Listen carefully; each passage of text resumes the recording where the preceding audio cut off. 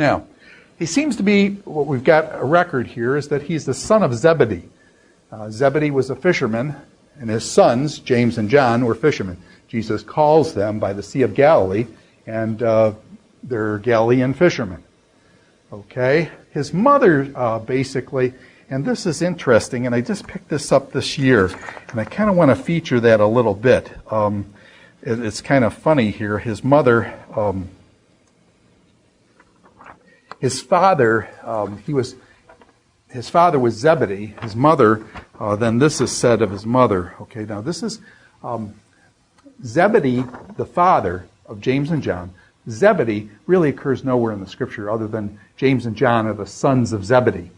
Okay, but the mother seems to have persisted with Jesus, and so you get this many women. This is Matthew chapter 27, verse 56. Many women were there. That's at the cross. Matthew 27, Jesus is crucified on the cross, and there's women at his feet where he's crucified. Okay, many women were there. They had followed Jesus from Galilee to care for his needs. Among them were Mary Magdalene. You'd expect that. Mary, the mother of James and Joseph, and the mother of Zebedee's sons. The mother of Zebedee's sons. So this woman was linked with Mary Magdalene and Mary, the mother of James and Joseph, probably Jesus' mother, Mary. Okay, and that she is one of the three women listed at the cross of Christ, coming down from Galilee, that she came down. Other passages say that the women from Galilee supported Jesus in his ministry. And so possibly a wealthy family from Galilee, fishing family, the mother comes down and follows Jesus. This then, I think, sheds a little bit of light on this other instance. If you remember in Matthew chapter 20, there's James and John's mother goes to Jesus and says, "Hey, Jesus, can my son sit on the left and right when you come into your kingdom?" And normally that's kind of like, who is this helicopter mother, coming in and saying, "Hey, I want my kids on your right and left when you come into your kingdom." And this mother, this wife of Zebedee comes in, James and John's mother, comes in with this kind of rude and abrupt kind of phraseology coming in, asking of Jesus, "Can my son sit?" And Jesus says, "Hey, this can't, those on my right and left hand in my kingdom, that's prepared by the Father, and that's not for you to be asking about and stuff." But it just shows that this woman, James and John's mother, seemed to have an in with Jesus. Then it wasn't so abrupt. She felt comfortable that she could ask Jesus about her two boys. And here we see her at the cross. She is one of the three last women that's kind of at the cross there. So James and John's mother apparently was tight with Jesus and helping to support and make the thing go as Jesus was traveling around and had come down from Galilee. So it's just interesting, James and John's mother and things like that. Now, 12 apostles. The question comes up, why are there 12 apostles? And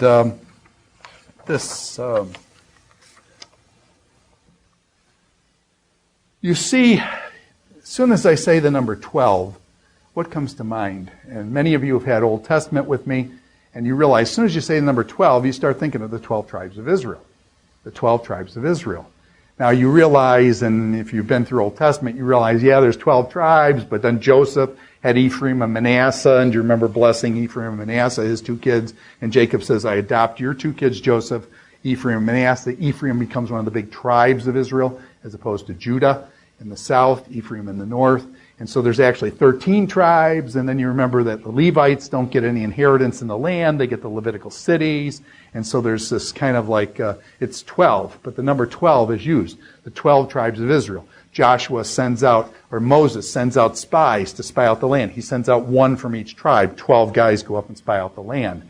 Joshua crosses the Jordan River. He picks up 12 stones and sets up a memorial after they cross the river before they go to fight Jericho. And so the 12 becomes pretty important. And it seems that the number 12, and I'm quoting here from a friend, Dave Mathewson, who's a New Testament scholar and wizard on these kinds of things. And Dave sees the number as 12. Like if I said the number 7 to you, the number 7 in Scripture is used so frequently. I'm not much, to be honest with you, I'm not much into this, what they call numerology, that these numbers have secret meanings. I find that you got to be careful about kind of Kabbalism or mysterious kind of use of numbers as kind of like magic, that you're approaching a more magical way of looking at Scripture, and I don't I'm not into that at all. However, the number 7 we know is a notion of completeness or fullness or totality. The number 7 days and those kind of things. The number 12, Dr. Mathewson suggests, is the number of the people of God. And at first I kind of was a little hesitant with that, but as all the things with Dr. Mathewson, after I think about it more, I think, all of a sudden it dawns on me, I think he's onto something here. And the 12 in the Old Testament, and then what do you have? You have the 12 apostles. Now, by the way, is it particular that there are 12 of them? Well, when Judas hanged himself, if it was like Jesus picked 12 apostles, but no big deal, Judas hangs himself, oh, no, he's got 11, okay? So we go with the 11. No, that's not what happened. In the Acts chapter 1, after Judas hangs himself, they go through a big ritual to find the 12th apostle. His name is Matthias, and so they, in Acts chapter 1, describe how basically the person had to be with Jesus from the beginning, and there were certain requirements for being, quote, an apostle, one sent, as the word apostle means. And then we realized later on, kind of like Israel had, 12, but there was really the 2 sons of Joseph and things. And so in the New Testament, you've got the apostle Paul later on, Acts chapter 9 and other places, where the apostle Paul is called by Jesus directly. Jesus calls Paul directly, and Paul then cites himself as being an apostle, one sent from Christ. So you get the 12 kind of with this, the number thing, even as you do with Israel. So there's 12 tribes of Israel, and there are 12 apostles. And what's interesting, too, is that, do you remember Jesus' statement? In the book of Revelation, chapter 21, verse 14, it describes the new Jerusalem coming down out of heaven. And it's got I think it's the 12 gates, and the 12 gates represent the 12 tribes. But the foundations of the city are the 12 apostles. So you've got the 12 apostles being the foundation of this new Jerusalem coming down, with the gates being represented by the 12 tribes. Again, Dr. Mathewson takes the 12 gates and the 12 foundations to be representing the people of God. Extensive. By the way, do you remember 144,000, the New Testament? 12,000, 12 times 12. 12 times 12, 144,000 in the book of Revelation.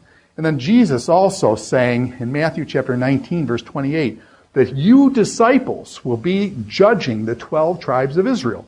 So Jesus kind of sets this coordination up between his 12 disciples, and that these 12 disciples will be judging the 12 tribes of Israel. 12 disciples, 12 tribes of Israel, in Matthew chapter 19, verse 28. So there are 12 apostles, and in the book of Acts they make sure of that. Special situations with Jesus, we've mentioned these before. The Transfiguration, Peter, James, and John. The raising of the dead girl, Peter, James, and John. Garden of Gethsemane, when Jesus goes to pray. Who goes the step further with Jesus? Well, they kind of all go to sleep, but anyways, who goes a step further? Peter, James, and John. Okay, so these guys kind of special intimacy with Jesus, the writer of this book. He's also called, in the book of Mark, James and John were outside, and Jesus got rejected at one of these towns. And James and John said to Jesus, Jesus, do you want us to call down fire from heaven? And it's kind of and so they were called the sons of thunder. Now, when they say sons of thunder, that doesn't mean that Zebedee, his father, was named Thunder, and so they call him the son of thunder, that is his father. When you call somebody a son of something in the Old Testament, it means that they have that quality. So they're called sons of thunder because they have this thunderous quality about them. Okay, a son of, actually we use that in slang terminology today. We call somebody a son of a, etc. When we say you're a son of a what, we don't, that's, how should I say, we're saying is, we're not lambasting your father, saying you're a son of a blank. Okay, we say you're a son of a blank, that is, you have that quality of that. Okay, you're a son of a, that means you have that quality of that. So we even use that today in a slang kind of way, in an illicit way and things. But anyway, so they were called the sons of thunder. So he must have been pretty fiery. Here's another interesting thing from the early church. This guy named Polycarp. Okay, there's a guy named Polycarp. Polycarp actually studied under John. Polycarp was an early church father. He lives, I believe, to be 86 years old. So Polycarp lives a long time. John himself, I'm trying to suggest, John seems to be been more young. He was young early with Jesus and things, and John lives to be into the 90s, okay, into the 90s AD. That's 60 years after Jesus died. So John is very, very old, and I'm talking even the late 90s, that he's living to probably, some people suggest, 95 to 98 AD, okay, that John is living then. So he lives a long time, and one of John's disciples then is this guy named Polycarp. Polycarp then, from, being with John probably in the 80s and 90s, basically Polycarp then lives into the 2nd century, and Polycarp has a disciple named Irenaeus. And Irenaeus was Polycarp's student, kind of like Plato. You have Socrates, then you have Plato, Socrates' student, then you have Aristotle, Aristotle being Plato's student. So you have Socrates, Plato, Aristotle. Here you have John, the Apostle John, Polycarp, and then Irenaeus. Irenaeus writes down some of the things that Polycarp told him, and some of the things that he said, basically, that was Polycarp studied under John, who wrote his gospel. And so we've got kind of a statement from Irenaeus saying Polycarp studied under John, who wrote a gospel. And so that John is the writer of the book, based on some of the things of church history. Now, you got to be careful with the things of church history. They're not always 100%. You've got to interpret them. But it is interesting. Here you've got Polycarp, who goes way back, referring to the gospel being by his mentor, that is John.